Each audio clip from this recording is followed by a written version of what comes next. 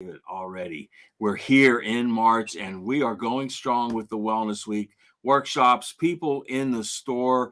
The food's phenomenal. Everything's going just as planned. And today, we have a great guest speaker today, Matt Eby from Healthy Origins. And this is a new line of products that we brought into the Wellness Center. And we brought them in for a very, very specific reason, and that is they're high quality. They're targeting a nutrient that we really haven't stocked as a single nutrient in the store. So it really filled a gap that we were looking for. And they are nutrients and ingredients that I happen to love and I've been talking about for a long time. I've done workshops on resveratrol. You all know I've done workshops on astaxanthin and its power as an antioxidant. And then we're going to bring in pycnogenol as well. So without any further ado, Matt, welcome to the Wellness Week, first time speaker for us. And we'd like to hear a lot about you, Healthy Origins, and why we brought in these three great products. Well, yes, and thank you for having me. I really appreciate, being on the program and, being able to, talk a little bit about our company as well as a few of the select products that we have in our line. So thank you. Yes, to give you a little background on Healthy Origins, we are now in our 26th year of operation. We had started, kind of in the mid 90s as, I guess you could say, as a brainchild, I suppose, of our fathers. He had been formerly with GNC back from 1975 and 1986.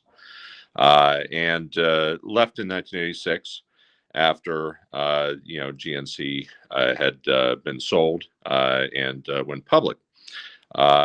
He started doing some side, I guess you'd call it side projects, buying and flipping raw materials, as well as some consultation type of work for different, nutritional companies, as well as some raw material providers. So, with that said, he had acquired a lot of knowledge over his tenure in the nutritional industry, and decided to branch out completely on his own and start Healthy Origins in 1996. I came on board in 2005 as a territory sales manager when I was living down in Florida. And then, since more help was needed back at home base in Pittsburgh here, I was brought back up to Pittsburgh, and then, as a kind of a sales assistant, and then kind of worked my way through the different, parts of our building, whether it be our warehouse, and of course, sales, administrative, accounting, and kind of, got into my special area, which is my area of expertise is more along the lines of formulation, sales, product development, and certainly, really a lot of what we do as a company is kind of, we do a lot of specialty items. Some items that you may or may not be as familiar with, but have a very good history of different, I guess you'd say, different forms and dosages. And we offer a lot of different products that cater for condition-specific reasons. So we have everything from coenzyme Q10 to core letter vitamins such as vitamin A, B, C, D, E, K. But many of the products we're going to be discussing today are actually specialty ingredients that I know you are familiar with. But I want to kind of highlight what makes our company tick, and what our goals are for bringing these products into the limelight, of course, and kind of explain a little bit about what we do. So most of our products are specialty nutrients and specialty minerals and, healthcare products that, do carry higher quality and do appeal to a more niche customer. Generally, our customer is more educated, more informed, and is very in tune with their health. Matt, As is to it primarily consumers, professionals, or a mix of both? Your Sure, it's customer. actually a mix of both. So Okay. we sell to both, consumers. We sell to healthcare professionals, and most of our business is health food stores and retail outlets. We've kind of, when we started, we were just doing a lot of health food distributors, such as Select Nutrition, United Natural Foods, Tree of Life, formerly Tree of Life. Right. Um, and other distributors, Threshold, etc. But Mhm. since we've grown, and since that particular point in our history, we've actually have been doing a lot more direct business with health food stores like yourselves, and different distributor outlets, even going abroad into about 18 different countries now. So our specialty with that and our distribution model is, quick turnaround, of course, and trying to keep our finger on the pulse of the ever-changing landscape when it comes to, product procurement as well as, raw material supply. So luckily for us, many of the issues that have been plaguing the ports as of recently have not been as much of an issue for us. Most of the raw materials that we add into our products are of North American, European, or Japanese. And generally speaking, when we have ingredients that are from Japan, they're flown in via air. So we don't have too many products that are, I guess you say, substantially delayed through the issues that we've been having upon importation into the United States through different Mhm. routes. Mhm. But the main products that we have, and what we like to focus on is uh, products that have a good reputation, of course, and even more so, raw materials that we can add to our products that are well known, very reputable, and are searchable, especially from our demographics perspective, from our core audience. So we want, and a lot of the items that we sell, as you see on our bottles, we include the logo, if it is, of course, a branded trademark product, right on the front of the bottle, because a lot of our customers, and the consumers taking our products demand in certain respect that they want the highest quality and they want to know where the products are coming from. And that is of the utmost importance to them. Having a product that is verified, that is reputable, and one that it has shown through clinical data and documentation to provide nutritional benefit. Uh, Well, we're very familiar with branded, research, trademarked ingredients, mhm, and we love to see that in formulations that we bring in, and that's one of the things that stands out. Um, you talked about quality. That's one of the, I guess, the guidelines are, so when people say quality, everybody says it, right? But how do you back it up? Well, when yeah, you have branded ingredients, that's one way of really backing it up. right. And I like that you have that. I mean, the first one I'd love to talk about is your astaxanthin. Sure. It has the branded Asta Pure, okay, branded research form of astaxanthin.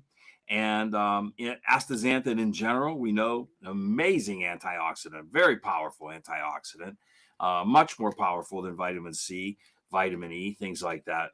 We know it has a great effect on eye health. So many, I mean, it's just a wide range, and I'd like you to expand on that a little bit. But what I really liked was the fact that it's a 12 milligram dose. And you know, you and I had talked earlier, and you don't really see that. The standard dose for the longest time with astaxanthin has been 4 milligrams. Mhm. So why did you go to a 12 milligram, and not just a 12 milligram, but a 12 milligram branded ingredient for your astaxanthin? Sure, and that's a great question. So we have both a 4 milligram and a 12 milligram. Mhm, The 12 milligram has really gained a lot of momentum in terms of the popularity. I think because with supplements, and especially fat soluble supplements like astaxanthin is, a lot of people don't account for a loading phase. So the data and the information that we had received from our raw material supplier, and they're an Israeli company, and we'll go into some detail onto how they produce the astaxanthin and why I feel it's superior to the others in the market. But mhm, um, the data that we had received said that most people, when starting, at least for the first 3 to 4 months, should be taking a higher dose of astaxanthin, which is 12 milligrams, which is kind of the particular strength that seemingly just caught on because they said, well, take triple the amount of the what they call the maintenance dose, which is the 4 milligrams daily. So the 12 milligrams became very, very popular very quickly because a lot of people, and as you know, with supplements, if you're taking something for joint health or heart health, especially for something that, is going to, you want to have an impact on your body in a relatively short amount of time or as short as possible. People were taking 4 milligrams or below. I've seen some supplements in the 2 milligram range, and not, I guess, either not waiting long enough to receive the results, or just not kind of sticking with it.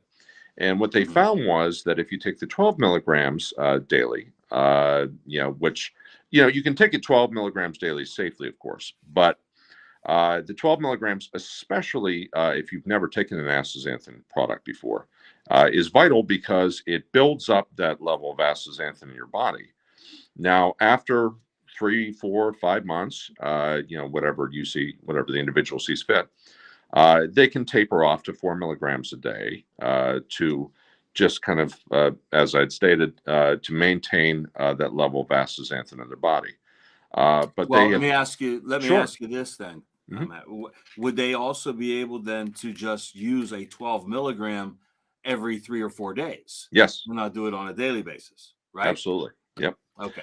So yeah, if you use the 12 milligram, and I think a lot of people, the feedback I've received, which has been limited, of course, from people's what they're taking on a dosing guideline, but Mhm. what a lot of people were doing, just because it's easier as well, it eliminates pill fatigue.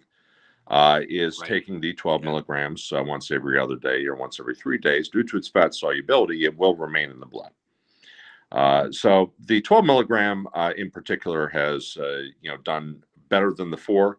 I think especially with people just starting astaxanthin and getting it going because they want to see results within a shorter amount of Mhm. time, if at all possible.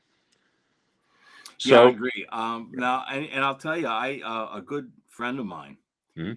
was the first one to, you probably know him, Dr. Dennis Courtney Mhm. was the first one that to open my eyes to a 12 milligram dose a few Yeah, years back.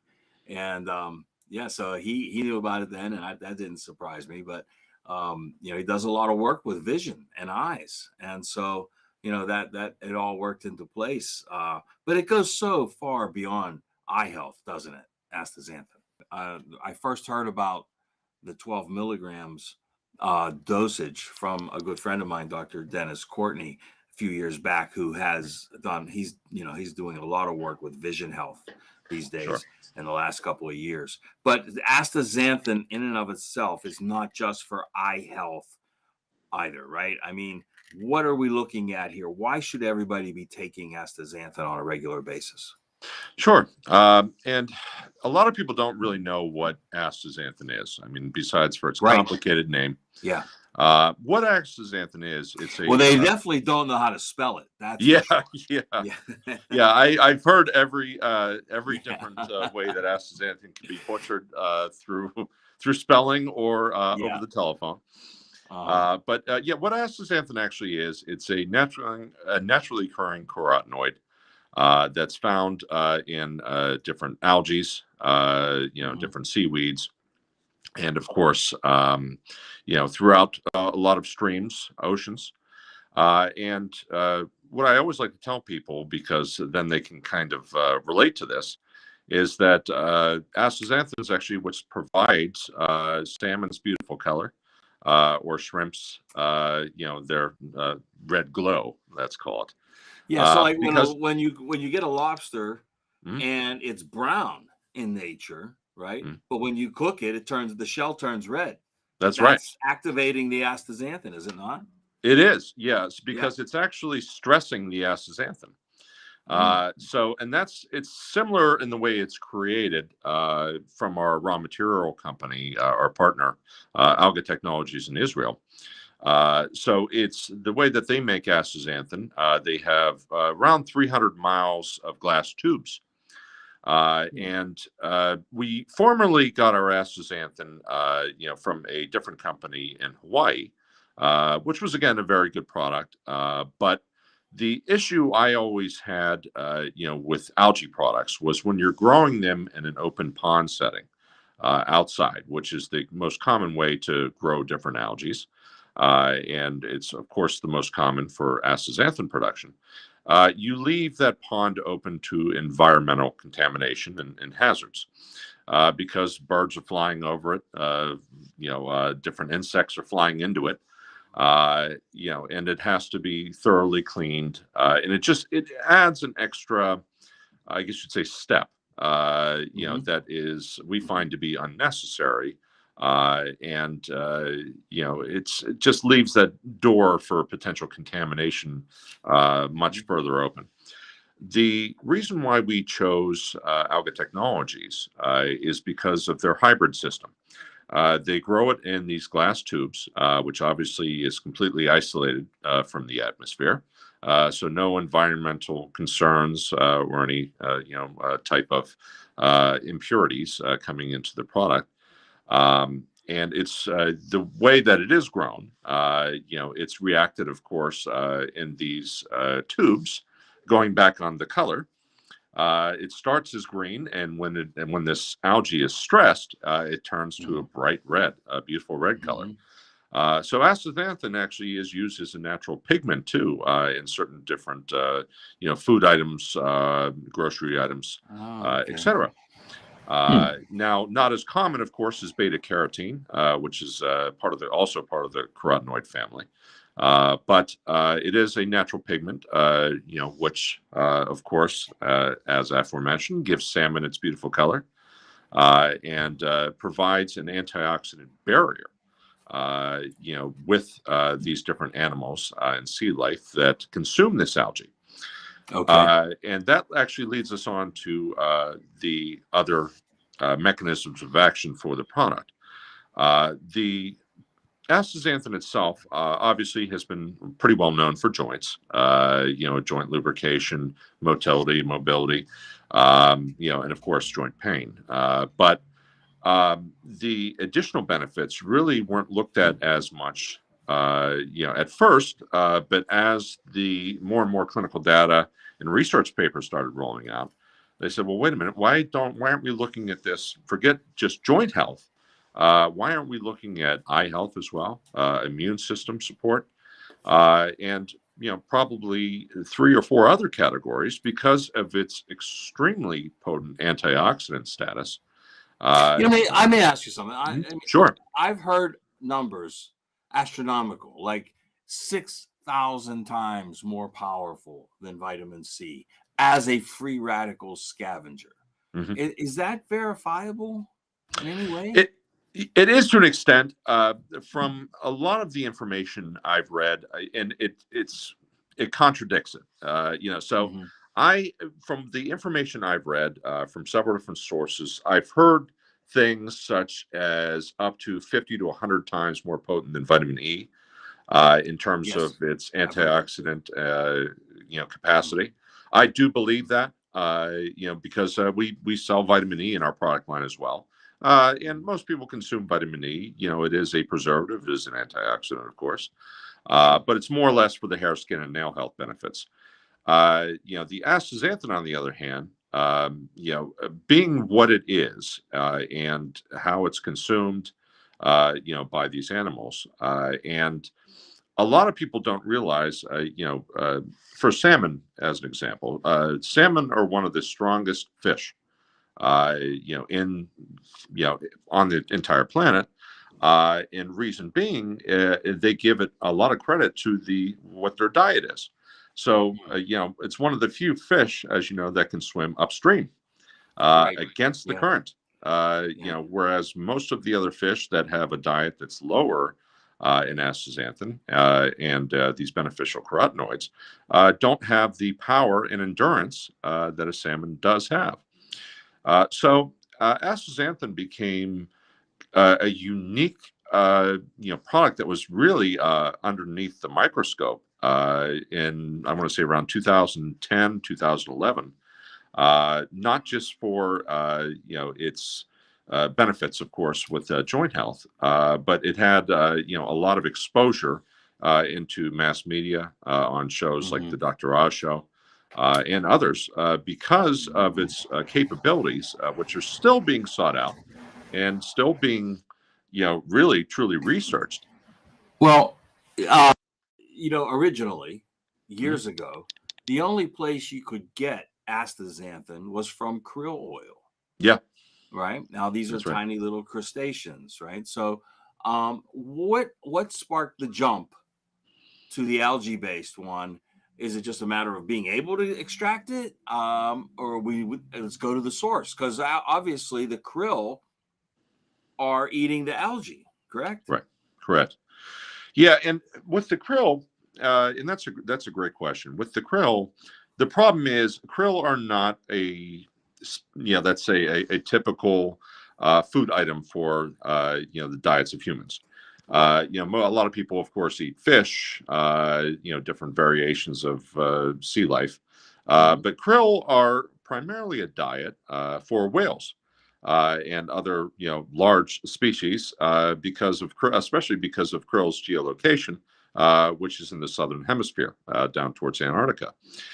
So krill is used, of course, for krill oil. As well as for food for marine animals, but is very seldomly used for food for humans because it's never really gained any popularity in that realm. And to my understanding, the taste of krill is not appetizing.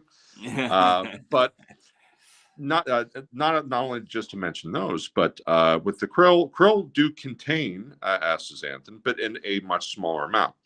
So Right. you would have to consume a very substantial amount of krill to get the Hmm. 12 milligrams of purified astaxanthin that's in our product, Right. which is what led all these production companies to look for an alternative source of krill Okay. and finding it in the natural source, which is Hematococcus pluvialis microalgae. With this That's a microalgae, mouthful. yeah, they were able to extract it, purify it, and make it into a dietary supplement in the strength that would actually provide human benefit. Okay. Excellent. So that is your astaxanthin, triple strength, it's called. Mhm. Asta Pure is the patented research trademark ingredient. We know that it benefits eye health. We know that it benefits skin health, heart health, muscle health. It goes on and on, folks. It's a vital antioxidant. And look, today more than ever, we need antioxidants in our diet and supplement protocol. And you really can't do better than astaxanthin. We've had it as a component of our 2020 eye formula for years, but here it is, standalone, finally in a 12 milligram dose. And we have it here at the World of Wellness for you. Next, can we talk a little bit about your resveratrol? Oh, Because certainly. this is another favorite ingredient of mine. I've been talking about it forever. I've had, of course, you've probably read the longevity book written by Dr. Joseph Marone, right? Oh, yes. And yeah, right. And they talk all about resveratrol with David Sinclair and how it activates the sirtuin one gene, the longevity gene in the body. I mean, let's face it, it does everything from, strengthening your heart and your brain to extending the life of the telomeres on your cells, on your DNA. So let's talk about resveratrol. And this is a great dose as well. And that's another reason I love it. 300 milligrams. Usually you see in it from anywhere from 50 to maybe 200. I have yet to see one like this. So tell us about this. Certainly. Yeah, we've had resveratrol now for probably about 10 years or so. But recently we switched our source, and I'll go into that momentarily. But what resveratrol really is, in a nutshell, it's again, a very, very potent antioxidant. But a lot of people that read into resveratrol quickly find the association between resveratrol and red wine. So red wine, I don't know how many physicians and health networks have been saying for many, many years the benefits of having a glass or half a glass of red wine daily.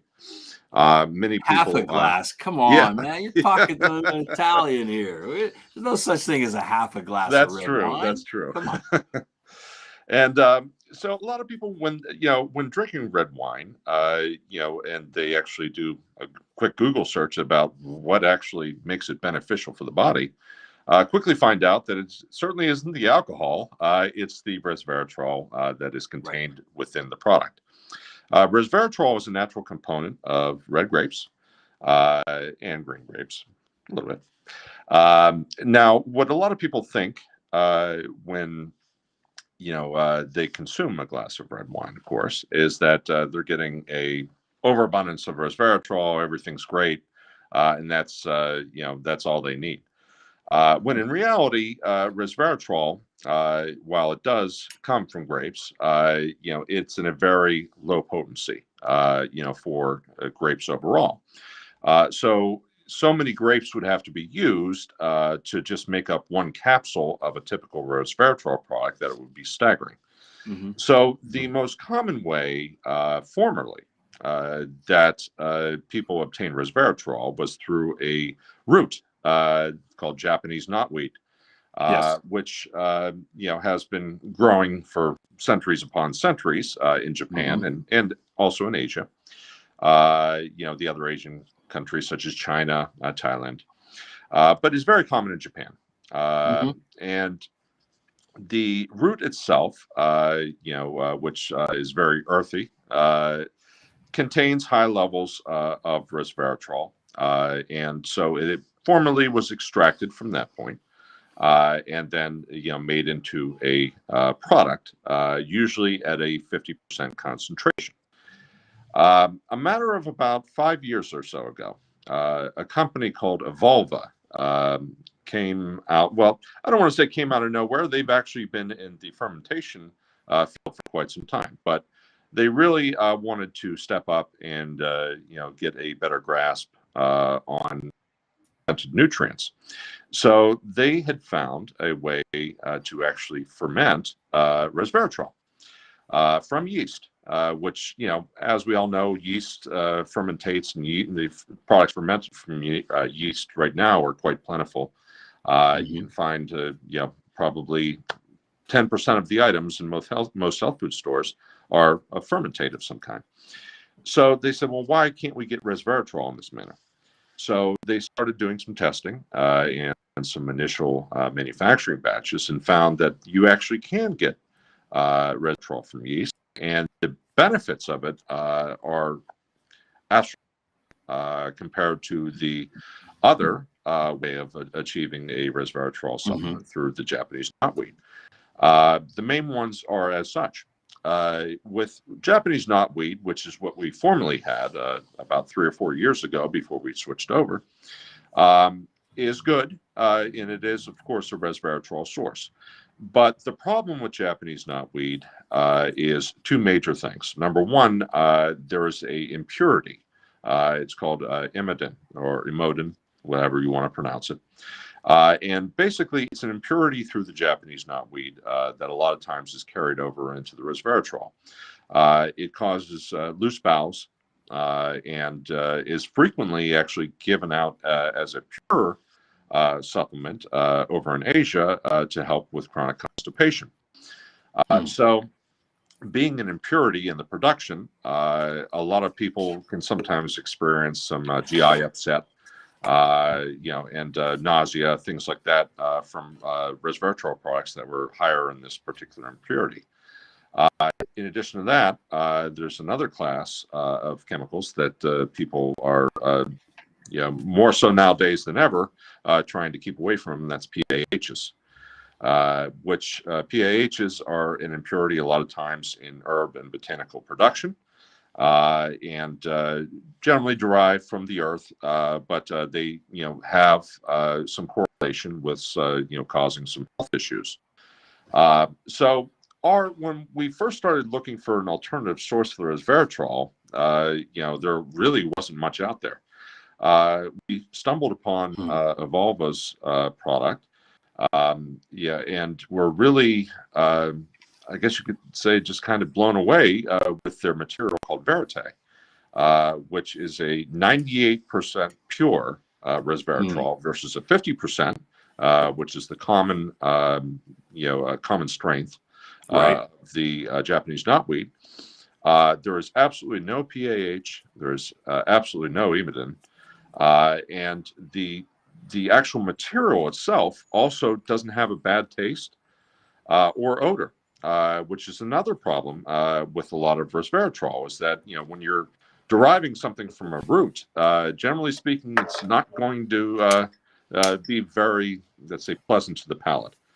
Right. As opposed to the grape, which is very pleasant to the palate. Yeah. And a lot of people still think that you can get resveratrol from grapes in a supplement, and that just is not feasible from a price perspective. From a I mean, if you don't mind, I mean, from my experience, unless the grape is organic, you're not going to get any resveratrol. Right, because it activates in the skin when the grape is stressed, as you said about the astaxanthin. Same thing with the lobsters and the shrimp and the crab. So yeah, unless you're using organic grape skins, which cost-wise very prohibitive, it's not going to do any good. Well, to further on that as well, with organic grape skins and organic grapes in general, most of that crop is already dedicated. So even if you said to yourself, well, then I'll go get it from organic grapes, good luck finding them.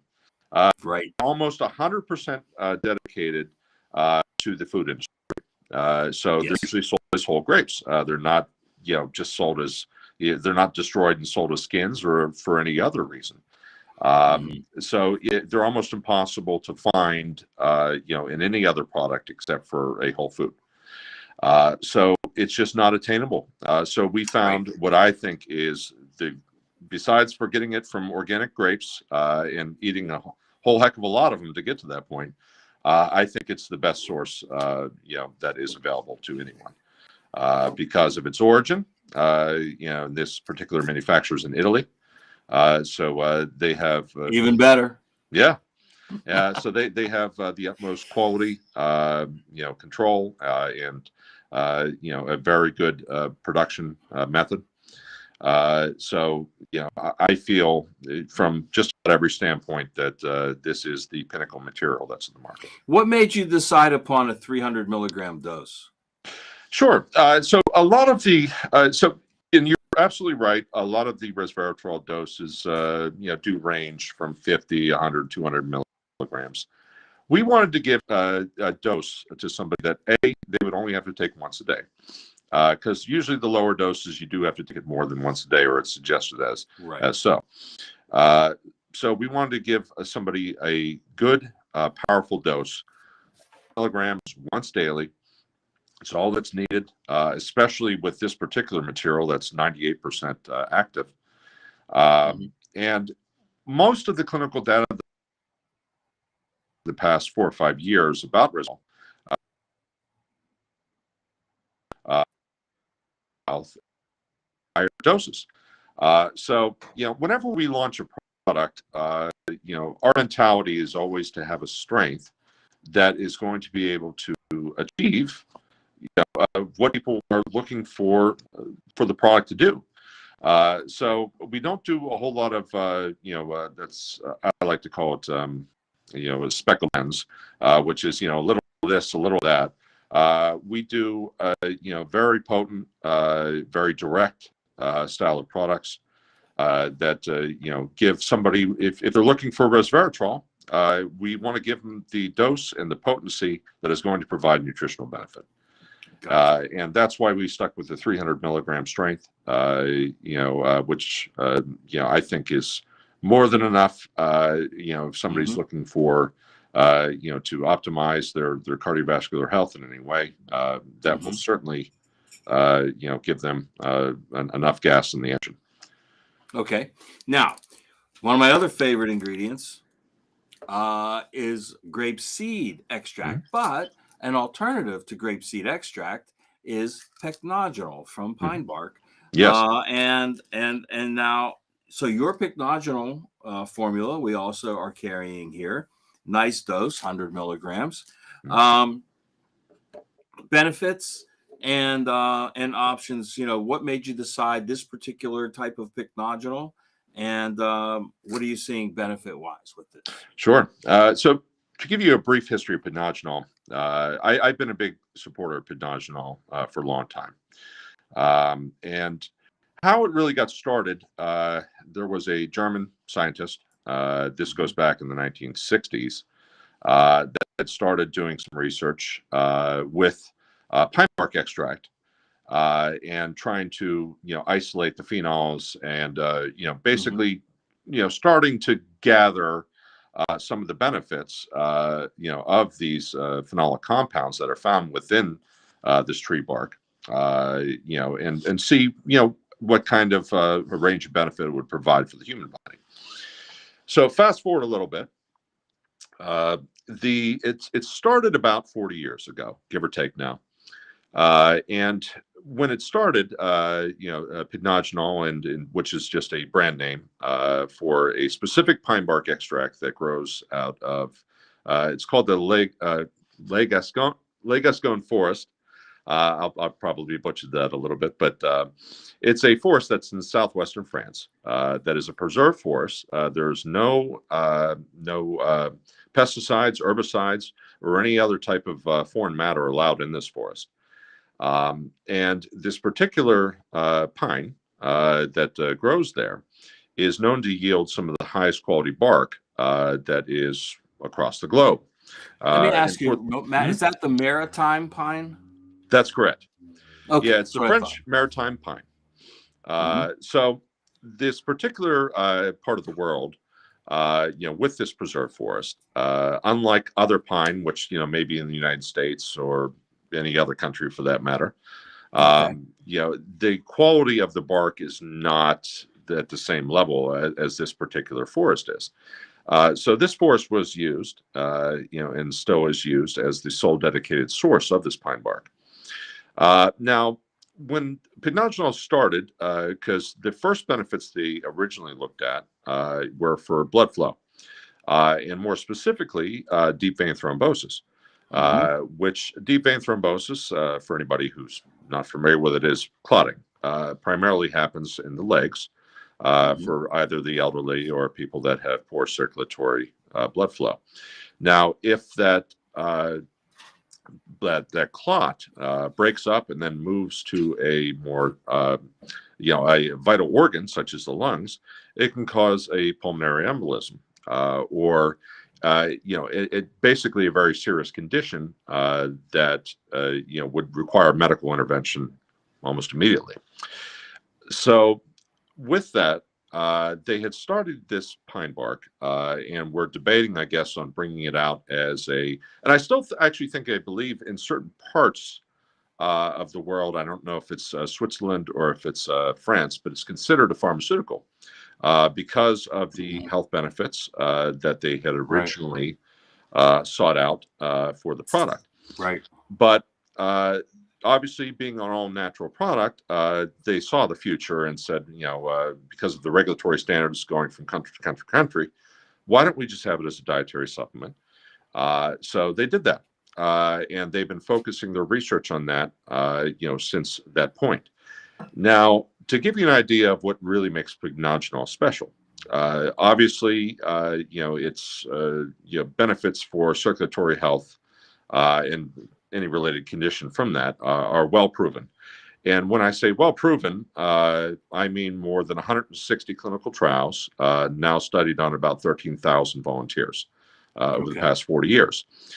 So it is probably the most clinically studied branded nutraceutical ingredient in the world.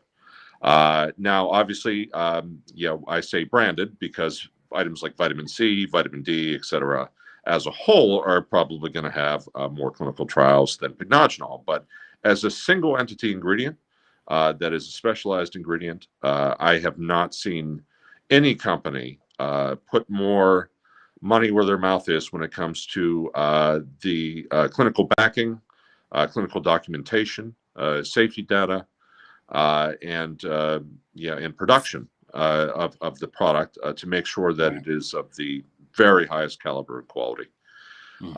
So Pycnogenol has been studied for everything from circulatory health to eye health, brain health, women's health, dealing with PMS. It's also been now studied for different, I guess you call them mental health conditions such as attention deficit disorder and hyperactivity. Weren't there also a lot of, you mentioned women's health, PCOS, I think is also something. It is. Polycystic ovarian syndrome, right? Which can be. PCOS is something that affects millions of women across the globe, and it's polycystic ovary, which can affect things such as difficulty to get pregnant, difficulty to keep a pregnancy, and can lead, of course, to surgery with the ovaries, removal of the ovaries. Which is very serious, for families, and of course, even more so for women, because of the health implications because of that. So PCOS has, has been critical in finding, different supplements as well as nutritional, nutritional products or healthy foods to try to combat that. And it's quite difficult. So I was pleased, of course, whenever I read the study on PCOS and Pycnogenol. What was the dosage? Do you know in that study? I have to remember off the top of my head. It may have been 60 milligrams. Most of the, amazingly, most of the dosages for women are actually lower, which is nice. We have Pycnogenol in a 30, 60. Or I'm sorry, in a 30 milligram, 100 milligram, and 150 milligram strength. The clinical trials for Pycnogenol range up to about 200 milligrams. There may be a few over that strength now, but very few. So generally speaking, the best selling strength that we have is the 100 milligrams because it covers most of the bases when it comes to the clinical trials that have been conducted thus far. But most of the women's health is at 30 or 60 milligrams daily. It is one of those nutrients where a little more is only going to be better. Yeah. Right. Yeah. So you can't take too much of it. Yeah. You really, like with a lot of people ask, because I have all the mountain of safety data, of course, in one of our files here. Sure. And a lot of people ask, well, how much Pycnogenol should I take a day? And I said, look, whatever you want to do, if you want to take it for a specific condition, I'll gladly send you the clinical information and the data that we have from Horfag, which is the parent company of the Pycnogenol. But if you want something, just kind of a big net to catch it all, take 100 milligrams twice daily. I find that 200 milligrams is very potent, and that will pretty much cover every base that you could imagine for the clinical data that's been released. Yeah. So, if you are female and, you want to, and you've read the study on the PCOS and whatever that dosage is, let's say it's 60 milligrams a day and you want to take 100, there's absolutely no Mhm. harm in doing that. And that's what we've, kind of, come to understand as well was that, more in the Pycnogenol's case is probably better. Obviously, with there being exceptions, you don't want to go too high, but our safety data is all the way up to 200 milligrams a day for Pycnogenol, and it is rock solid. Yeah, it's amazing, these studies, a lot of them that go back about 10 years or so. Hmm. For some reason, 30 and 60 milligrams were the go-to amounts for a lot of these studies. Take CoQ10, for example, right? Right. Years ago, you could only get it in a 30 or a 60 milligram, before we realized, how much, especially people on statins, required a whole lot more, or Parkinson's and heart health in general. But yeah, a lot of those old studies were on lower amounts, but they were getting the job done. Yeah. It was working at that lower amount. So you really, yeah, you can be, you can work at the low end, but you can go a little higher if you want. These are all natural; they can't hurt you. And with Pycnogenol, the years ago we used to recommend a milligram per pound of body weight for Hmm. blood pressure regulation. Hmm. And if people would say, well, gee, it only comes in 50 or 100 milligrams, we'd always say round it up. Yeah. Round it up, because it won't hurt you. It'll only help you.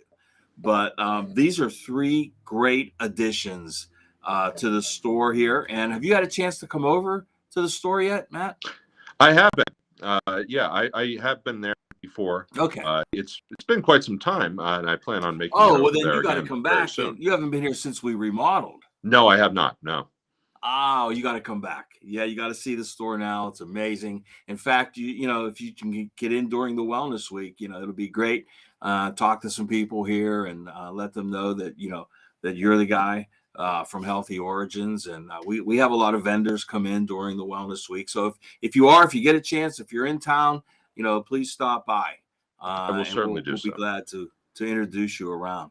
Any parting shots? Because this has been great, good explanation, great products.